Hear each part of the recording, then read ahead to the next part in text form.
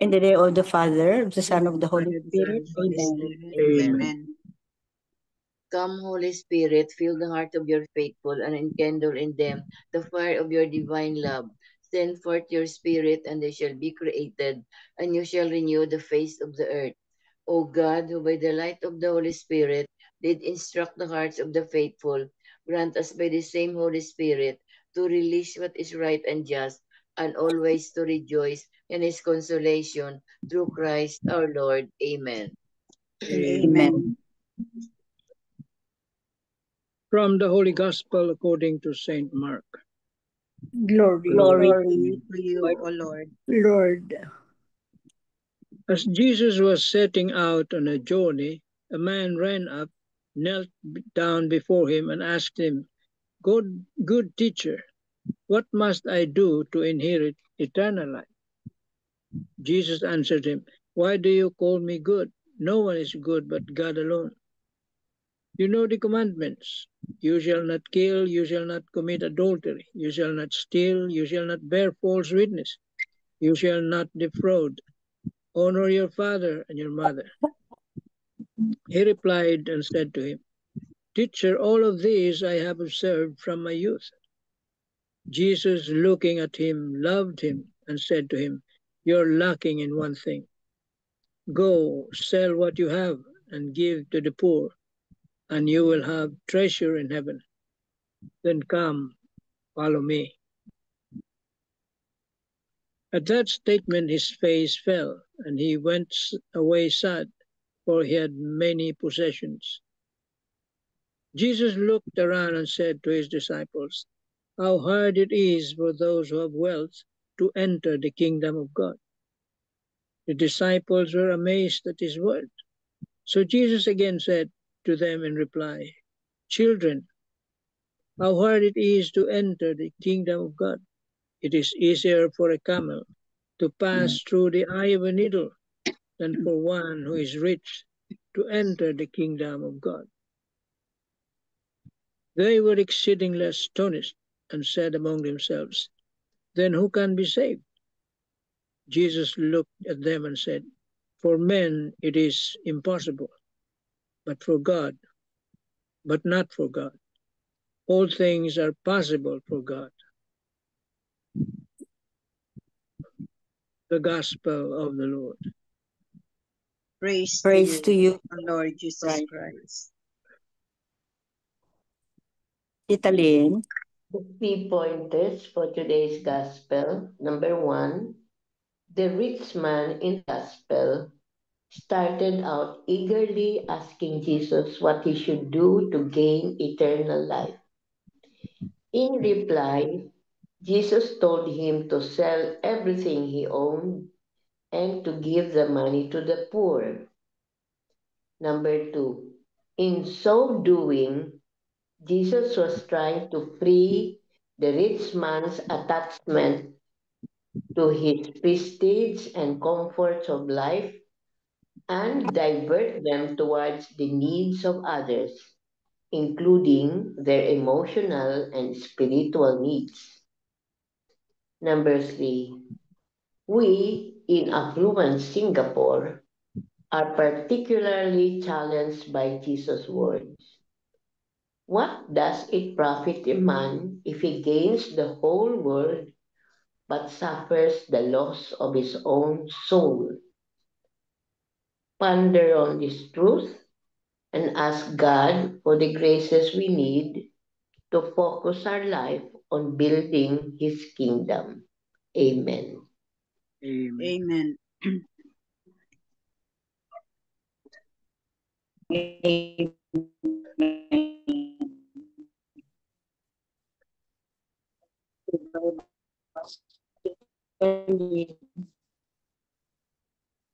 So, if we ask Jesus, oh, what else, Lord? And then Jesus will say, okay, are we willing to do that?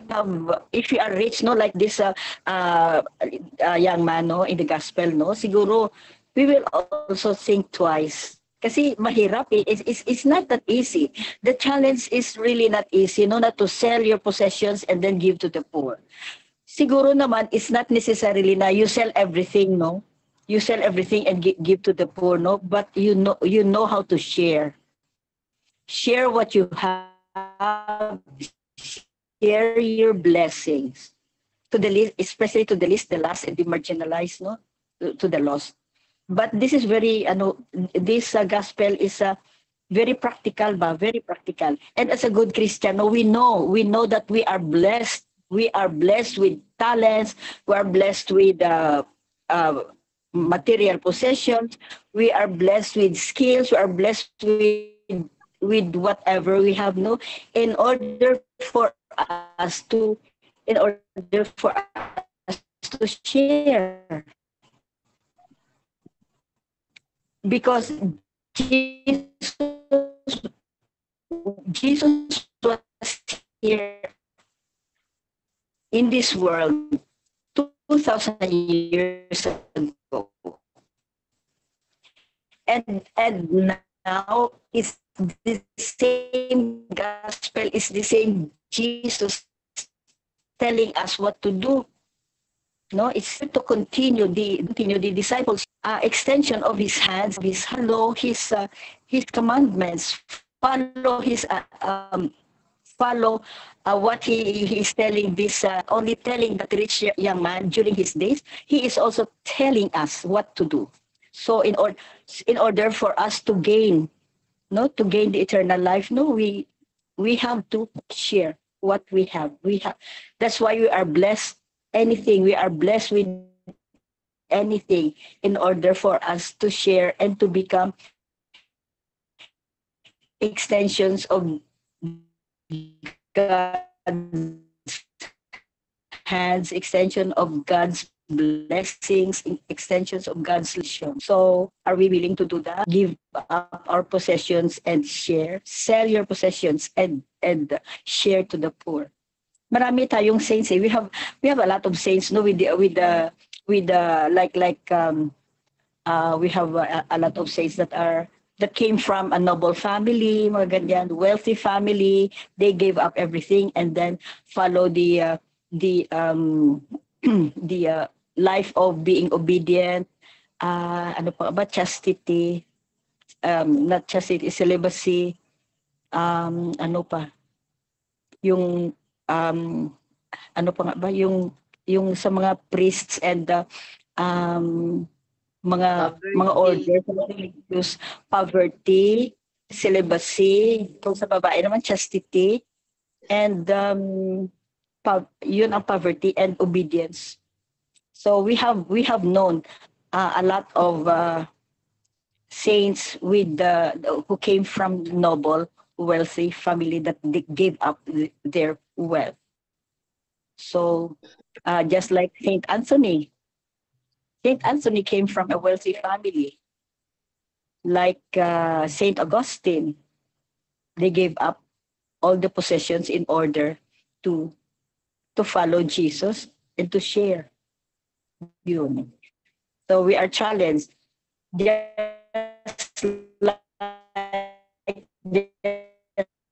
like this young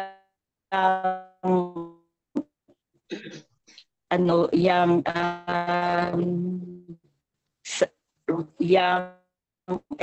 and rich guy, you know, the same question that in order to bring the care to the poor, if we don't to be shared and become God's extension, God the hand's extension and his heart's extension. Amen.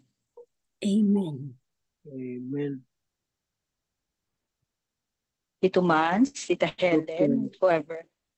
Let me just read this reflection of Marino. Okay, Renito. A businessman was on his deathbed.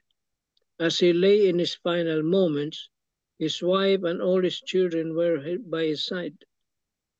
Seeing them all, he suddenly wore a worried expression and said, "Why are you all here? Who's tending the business?" He was in the throes of death, yet his mind was still fixated on his material wealth. What must we do to inherit eternal life? Jesus tells us to follow the commandments, sell what we have, give the proceeds to the poor, and follow him. This is how Saint Francis of Assisi lived his life. He was the son of a rich merchant, but he disowned all his inheritance, instead chose to help the poor.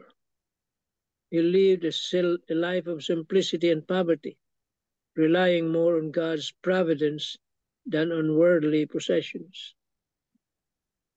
There are people who are overly concerned with their material wealth, as if they could take it to the grave. Some are even willing to sell their souls to the devil just to be rich. But we should not invest in these things, for they are temporary and can be taken from us at any time. Instead, we should focus more on God rather than on this world. We should help those in need and steadfastly follow Christ. There is nothing wrong with being rich, as long as we do not make riches our God. And we Yes. can best avoid this by sharing what we have. Let us always remember that we are merely stewards of the things entrusted to us. Yun, tamang-tama yung kwan niya. Sinasabi dito. We Very, are very true. merely stewards of the things. Tama, yung riches na yan, you were given to you as a gift, and you're just stewards. You don't own them. Because nothing in your possession that you can say it is your own. Na ginawa mo yun sa sarili mong sikap. Yun siguro ang pag-iisip ng karamihan. Kaya this gospel is really a very big challenge for the rich people. Yung mga maraming pera. No? Talagang challenge ito. Kasi they depend on their wealth.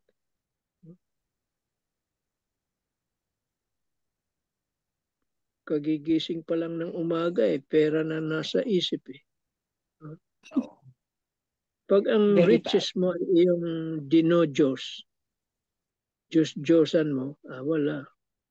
Talagang masisira ang buhay mo. Hindi masama, sabi nga dito, it's not wrong to be rich, to acquire wealth. But do not make it your God. Do not make your riches use you. Use those riches to help others. Huwag ka maging slave sa yaman mo, kayamanan mo. Ibahagi mo sa iba para makatulong ka. Kasi yun ang, kaya binigyan ka ng ganong biyaya para tumulong, hindi para magpasasa ka lang ng yaman mo. Everything comes from God. Nothing. Wala tayong dala dito. Kung pinanganak tayo, wala tayong dala, wala tayong yaman. Lahat yan ay bigay ng Diyos. You are mere stewards of those material wealth. Kaya yun ang challenge ngayon. Ibahagi mo.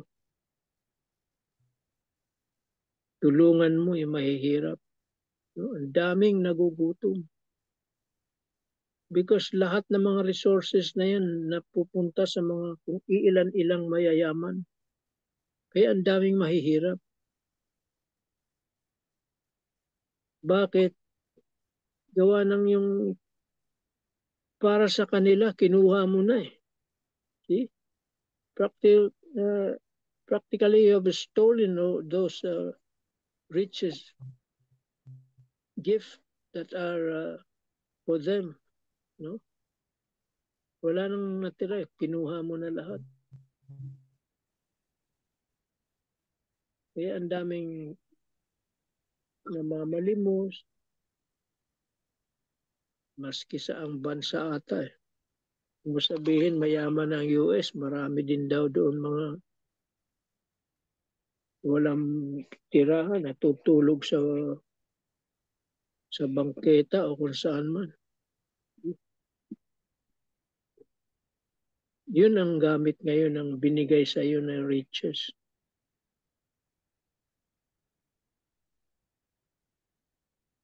At yung riches na yan,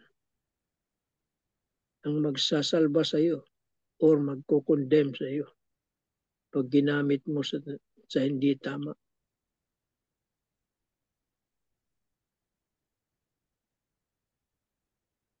Kaya, at hindi yun lang yun. Anong sinabi ni Jesus dito? Go sell your possessions. Give to the poor. Hindi natatapos doon. Then come, follow me. Yun ang pinakahuling utos niya. Follow me. Yun. Pag you follow him, no, you don't need those riches anymore. You will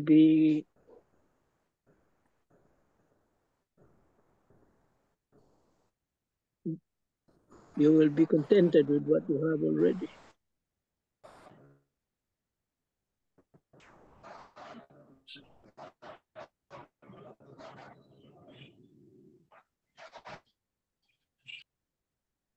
Okay, amen. Tayo dyan. Amen.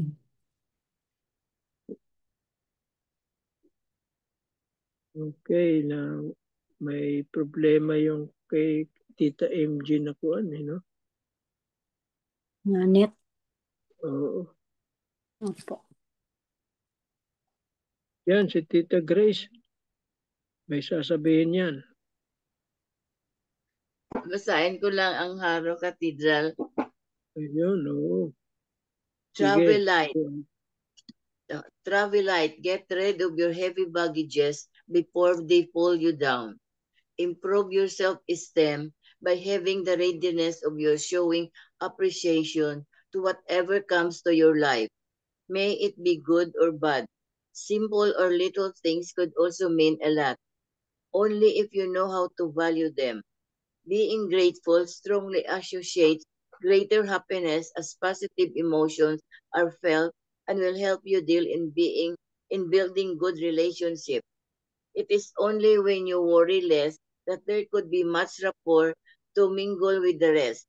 Money is never everything when you have nothing. It is in your nothingness that God can fill in to provide you with happiness.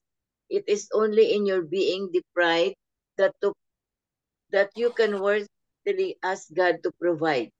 The favor received is never an entitlement. Thus, it makes the act of gratefulness sweeter and felt from the heart. The lesser you have, the greater your gratitude to whatever comes. A grateful person will always live a contented life. It is only when you travel light that you will feel all right. Amen. Amen. Yes, totoo naman. When you travel light, you can feel light. It's okay. Wala ka naman, you can never feel heavy as long as you are kayang-kaya mo. God can feel it. And God Thank you, can Tita feel Grace. Tita Helen, do you have something to say? Yes, Tita. I will read this one. Reflection from the 365 of today's gospel. Come, follow me. The heart is the measure of true service. True honesty is having a heart that is willing to be taught. And who should be teaching us? Only Jesus. We are all his students, disciples who learn every day from the example he left behind, his words and deeds. But where can we find Jesus today? He is in each of our hearts, but above all in the church. He is the head of the church, and each of us is part of his body. Ephesians says that the church is built on and preserved by the apostles of Jesus who continue his mission. And this is the main task of the church, to be the teacher and guide all of believers. As we are disciples of Jesus, it is our responsibility to take to heart the teachings of the church. We are not merely waiting to be spoon fed, we also have the obligation to study and reflect on our faith. And our faith tells us both the beauty and the difficulties in following Jesus. Like the rich man in the gospel, are we planning to abandon our faith because we think too much is being asked of us? If we only open our minds and hearts, we will realize the beauty of our faith in Christ. Amen. Amen. Amen. Thank you, Tita Helen. Another beautiful Yeah. reflection. Beautiful. So, anybody else? Any short comment?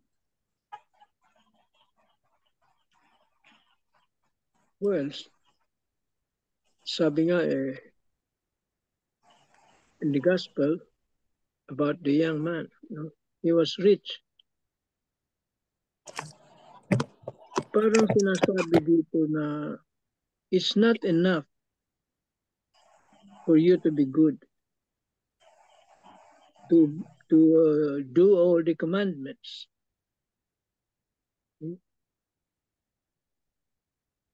More is needed. Hindi ko mo madasalin ka, wala kang inaagrabyado, kulang pa rin pala yun. Kailangan yung lacking na yun, yung lacking something. Tulungan mo yung mahihirap. Give to the poor.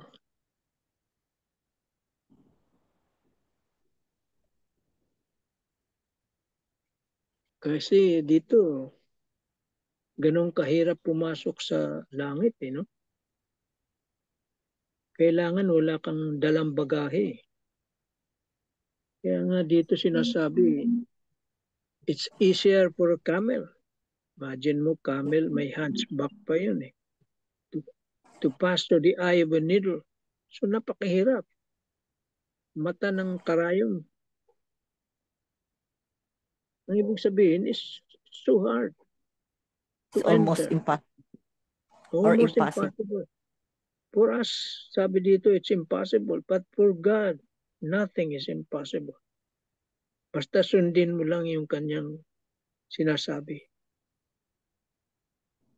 Alisin mo lahat yung mga kagabal na yan sa buhay mo. Mga bagahe na yan para makadaan ka.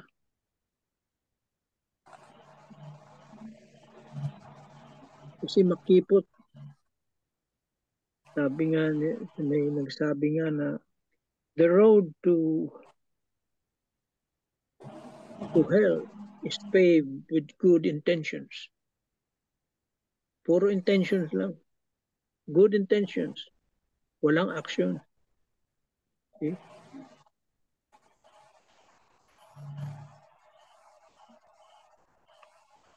Kaya madaling makapunta sa hell.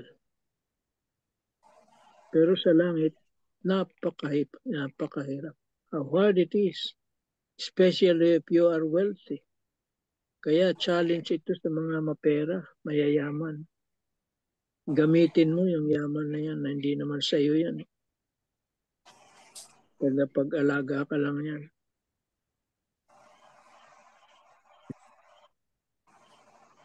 At sumunod ka sa kanya.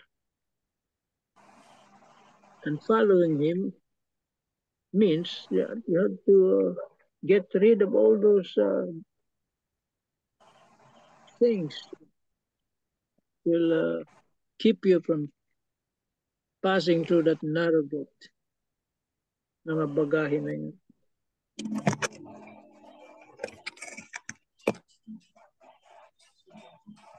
Amen. Amen. Thank you very much, Tito Wes. So, just like what Jesus was telling the rich young man, the same thing is Jesus is asking us. Like, sell all your possessions and share to the poor. So if you don't have material things to sell, share your talents, share your skills. Yun. So can we do that?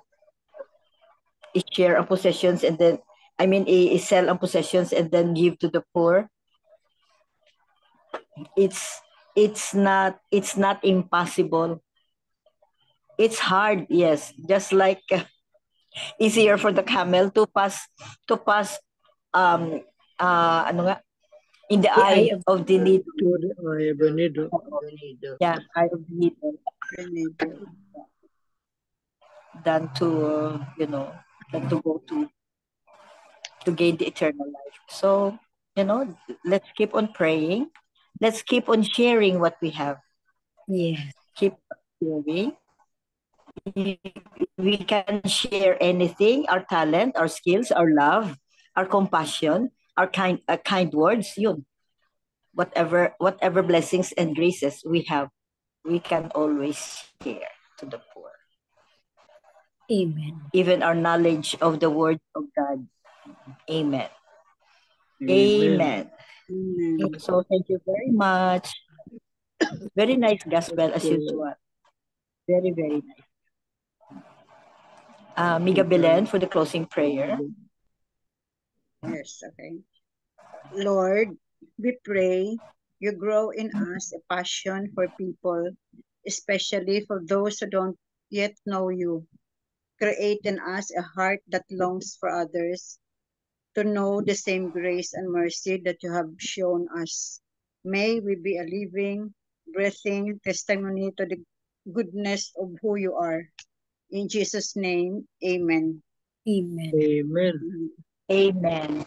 And please, And glory be to the Father, glory be to the Father, to the Son, and to the Holy and to the Spirit, Holy Spirit, was To in the the one in the beginning, beginning, now and now ever. and ever shall be and world shall be without World end. without without Amen. end. end. Amen. Amen. In the name of the Name Father, of the Father, And the the Son, Son, and and the the Holy Holy Spirit. Spirit. Spirit. Amen. Amen. Amen. Bye-bye. thank you all. Thank you Bye. very much. God Bye-bye. and